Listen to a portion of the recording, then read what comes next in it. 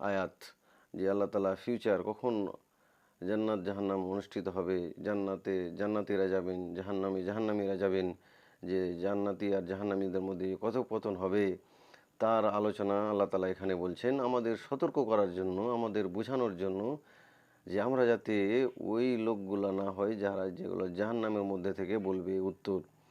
আমাদের আল্লাহ তাআলা যাতে করে জান্নাতীদের মধ্যে অন্তর্ভুক্ত করেন, এটাই আমরা এখান থেকে শিক্ষা নিতে পারি।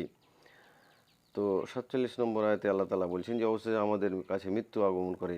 আমরা জাহান্নামীরা বলছে যে আমরা কিছুই করলাম না, আমরা এগুলো কিছুই করিনি, আমরা নামাজ পড়িনি, আমরা রোজা করিনি, আমরা কাউকে খেতে দিইনি।